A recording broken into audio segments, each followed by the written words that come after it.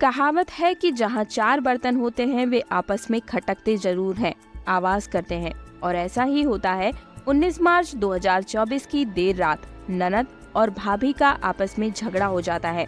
ननद यानी कि पूजा और भाभी यानी कि पार्वती, दोनों में आपसी झगड़ा काफी पुराना था। हालांकि पिछले कुछ सालों से पूजा की जो मानसिक स्थिति है वो अच्छी नहीं होती है, इसलिए वो अपनी भाभी को सबक सिखाना चाहती थी। और इसी गुस्से को देखते हुए उसने अपनी भाभी के दो बेटे जो होते हैं, जिनमें बड़े का नाम लकी होता है और उसकी उम्र महज 5 साल होती है, और दूसरा यानी कि अभी, और इसकी उम्र 3 साल के आसपास होती है।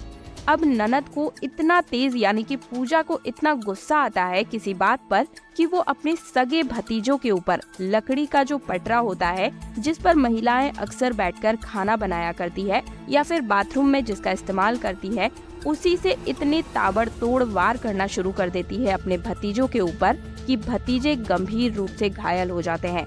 बच्चों की चीख सुनने के बाद जब आसपास के लोग आते हैं तब तक बहुत देर हो चुकी थी।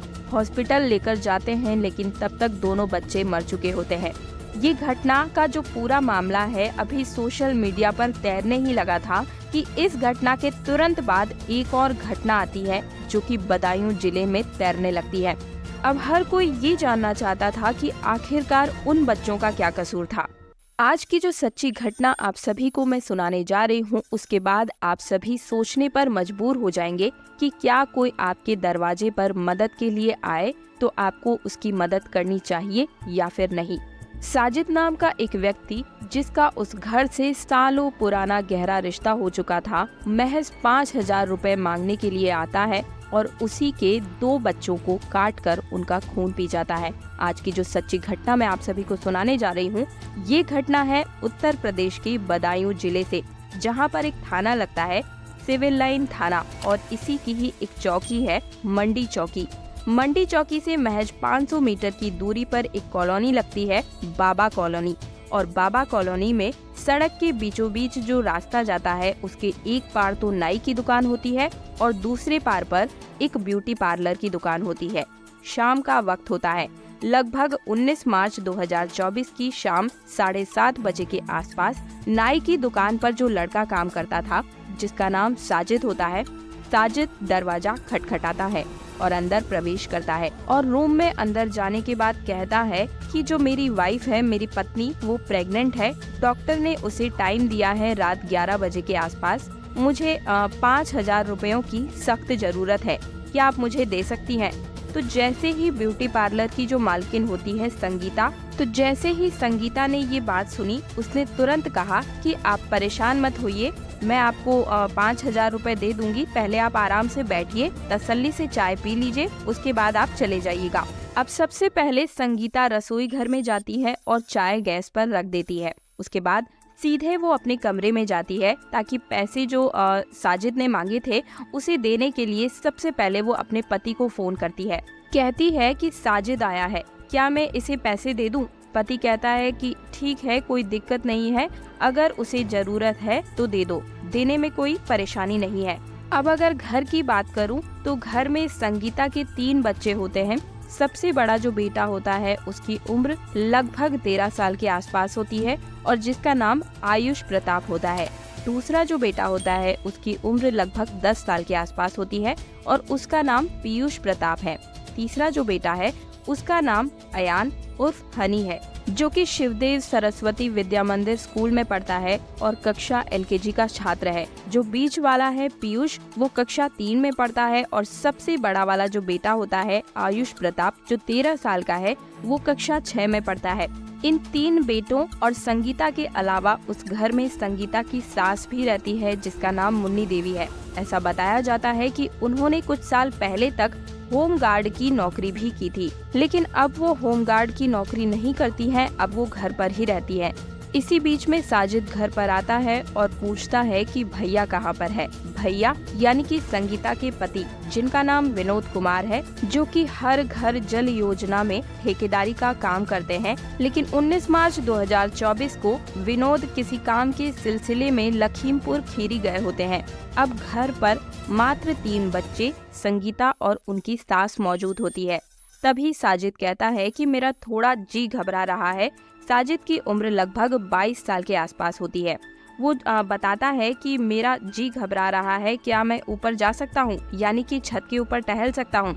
ऐसा पहली बार नहीं है, क्योंकि ये लड़का अक्सर घर पर आया जाया करता था। इस परिवार के साथ साजिद के बहुत ही अच्छे तालमेल थे। परिवार में कोई किसी तरह का विवाद नहीं था और यही कारण था कि इसके लिए संगीता चाय बनाने के लिए चली जाती है। तो जब साजिद जी घबराने की बात कहता है तो संगीता कहती है कि ठीक है, कोई बात नहीं, तुम छत पर चले जाओ। फिर साजिद बच्चों से कहता है कि बच्चों चलो छत पर चलते हैं, बस अभी थोड़ी देर में वापस नीचे लौट कर आ जाएंगे।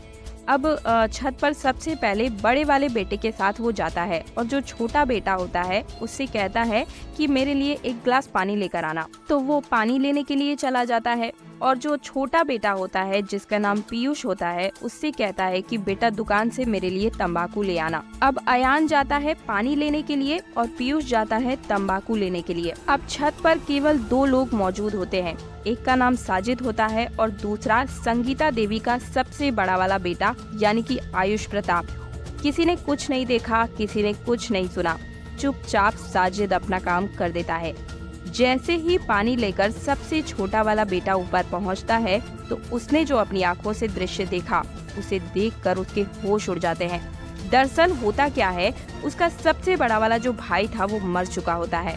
साजिद के हाथ में जानवरों को काटा जाने वाला एक धारदार हथियार होता है और उसके ऊपर खून लगा हुआ होता है और इसी हथियार से साजिद उस बच्चे पर तब तक वार करता है कि जब तक उसकी मौत ना हो जाए। चारों तरफ खून फैल चुका था। इसी बीच में हालांकि उसका जो छोटा बेटा था उसकी उम्र महज 7 साल के आसपास थी। बच्चा भागने की कोशिश करता है लेकिन साजिद ने सबसे पहले उसे मजबूती के साथ पकड़ लिया और उसके बाद उसके ऊपर भी लगातार बुरी तरीके से कई वार करता है। उसके हाथ काट देता है, उसके पैर काट देता है। 2 बेटों की हत्या करने के बाद अब वो इंतजार कर रहा होता है कि कब पीयूष तंबाकू लेकर आए और कब वो उसकी भी हत्या करे। अब जैसे ही पीयूष की एंट्री होती है, पीयूष ने जैसे ही साजिद को देखा वो तुरंत समझ जाता है कि उसके 2 भाइयों के साथ क्या हुआ है। वो बचने की पूरी कोशिश करता है लेकिन इस बीच में भी साजिद द्वारा उसके हाथ पर, बाह पर चोट लग जाती है, लेकिन वो भागने में कामयाब हो जाता है। भागने के बाद सीधे नीचे पहुंचता है और अपनी दादी से कहता है कि कुछ गड़बड़ हो गई है। बताने की कोशिश करता है लेकिन उसके मुंह से आवाज नहीं निकल पाती है और वो बहुत बुरी तरीके से हांफने लगता है। दादी इससे पहले कुछ समझ पाती, संगीता देवी इससे पहले कुछ समझ पाती, तब तक साजिद नीचे आ जाता है। साजिद के हाथ में जानवरों को काटने वाले चाकू में लगे खून को देखकर मुन्नी देवी जोर जोर से चीखने लगती है। इससे पहले कि परिवार के किसी और सदस्य पर वो हमला करता, तुरंत जो दादी होती है मुन्नी देवी जोर जोर से चीखने लगती है, चिल्लाने लगती है और मौका पाते ही दरवाजे को बंद कर दिया जाता है। यानी कि साजिद अब ऐसी जगह पर फंस चुका था उस धारदार हथियार के साथ जहां से भाग पाना उसके लिए मुश्किल ही नहीं, नामुमकिन सा था। संगीता की सास और संगीता खुद भी जोर जोर से चीखने लगती है और चीखने चिल्लाने की आवाज सुनकर आसपास के लोग भी इकट्ठे हो जाते हैं। पुलिस को भी तुरंत ही सूचना पहुंचा दी जाती है। पुलिस तुरंत मौके पर आ जाती है और जब पुलिस ने आकर अपनी आंखों से देखा कि 2 बच्चों की हत्या हो चुकी है और तीसरे बच्चे की हत्या का प्रयास किया गया था, इसलिए घर वाले अपनी पूरी कहानी बयां करते हैं पुलिस को। पुलिस तुरंत ही साजिद को गिरफ्तार करके अपने साथ लेकर चली जाती है और ये खबर धीरे धीरे पूरे इलाके में फैल जाती है। अब जैसे जैसे खबर फैलने लगती है वैसे वैसे लोगों का जमघट लगना शुरू हो जाता है और ये पता चलता है कि साजिद एक नाई की दुकान चलाया करता था। तो सबसे पहले तो वहाँ जो भीड़ जमा हुई होती है वो तुरंत ही नाई की जो दुकान होती है वहाँ पर तोड़फोड़ करती है। वहाँ पर कुछ खोखे रखे हुए होते हैं, उनको भी पूरी तरीके से जला देती है। अब धीरे धीरे हालत और भी बिगड़ती चली जाती है। लगातार धरना प्रदर्शन शुरू हो जाते हैं, भीड़ बढ़ने लगती है और अब क्योंकि लोकसभा के जो चुनाव है वो बिल्कुल नजदीक में आ चुके हैं, इसलिए अर्धसैनिक बल की पहले से ही तैनाती हर जिले में कर दी जाती है ताकि कोई भी सुरक्षा व्यवस्था खराब ना हो। और क्योंकि अब आचार संहिता लागू हो चुकी है, अब ऐसी स्थिति में कोई कहीं कुछ गड़बड़ हो जाए, कोई बात न हो जाए, तो पता चलता है कि रात के लगभग 9:30 बजे के आसपास जो साजिद था उसका एनकाउंटर कर दिया जाता है। अब एनकाउंटर की खबर फैलने के बाद अब ये लगता है कि आखिरकार पुलिस ने तो अपना काम कर दिया मतलब कि वो पुलिस को चकमा देकर साजिद भागने की पूरी कोशिश करता है और इसी बीच में पुलिस उसका एनकाउंटर कर देती है। अब एनकाउंटर होता कैसे है? साजिद शेखपुरा सिविल लाइन की तरफ भागता है और इसी दौरान गौरव विष्णु जो कि इंस्पेक्टर होते हैं उसे रोकने की पूरी कोशिश करते हैं और इसी बीच गोली चला देते हैं। 3 गोलियां चलाते हैं जिनमें 2 गोली साजिद के सीने पर और 1 गोली उसके पेट में लगती है और ये खबर अब पूरे सोशल मीडिया पर तैरने लगती है, तुरंत वायरल हो जाती है।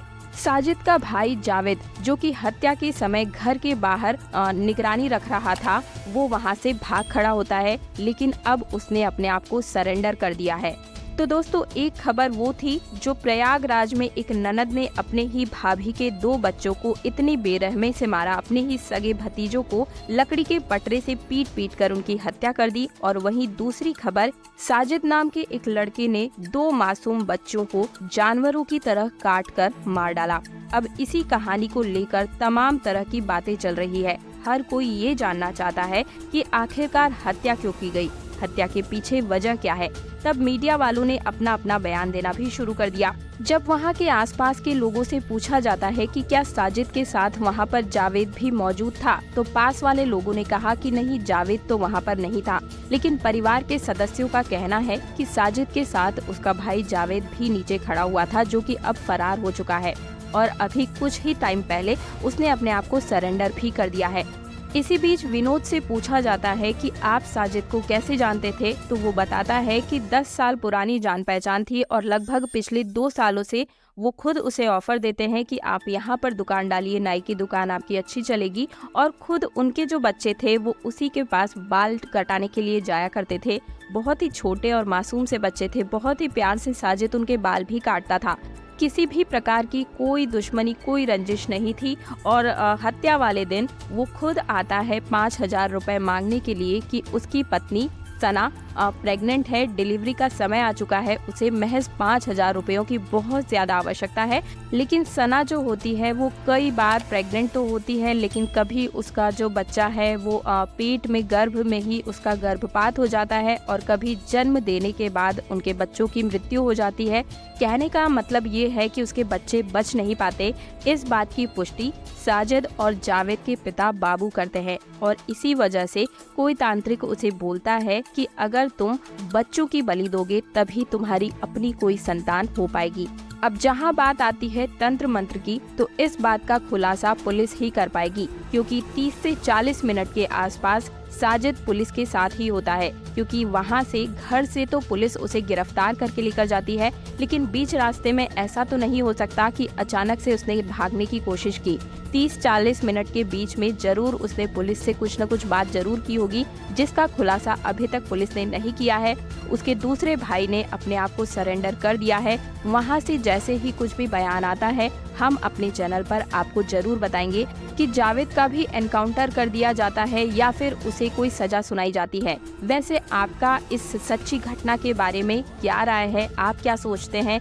आप इनको क्या सजा देना चाहते हैं? मुझे कमेंट के माध्यम से जरूर बताइएगा। आपका हर एक कमेंट और सुझाव मेरे लिए बहुत ही महत्वपूर्ण है और इसी प्रकार की सच्ची घटना और अपने आसपास की तरह से हर तरह से जागरूक रहने के लिए हमारे चैनल क्राइम अड्डा को तुरंत सब्सक्राइब करके पास वाला बेल आइकन जरूर प्रेस कर दीजिए, क्योंकि सतर्कता हर पल जरूरी है। तब तक के लिए स्वस्थ रहिए, जागरूक रहिए। जय हिंद, जय भारत।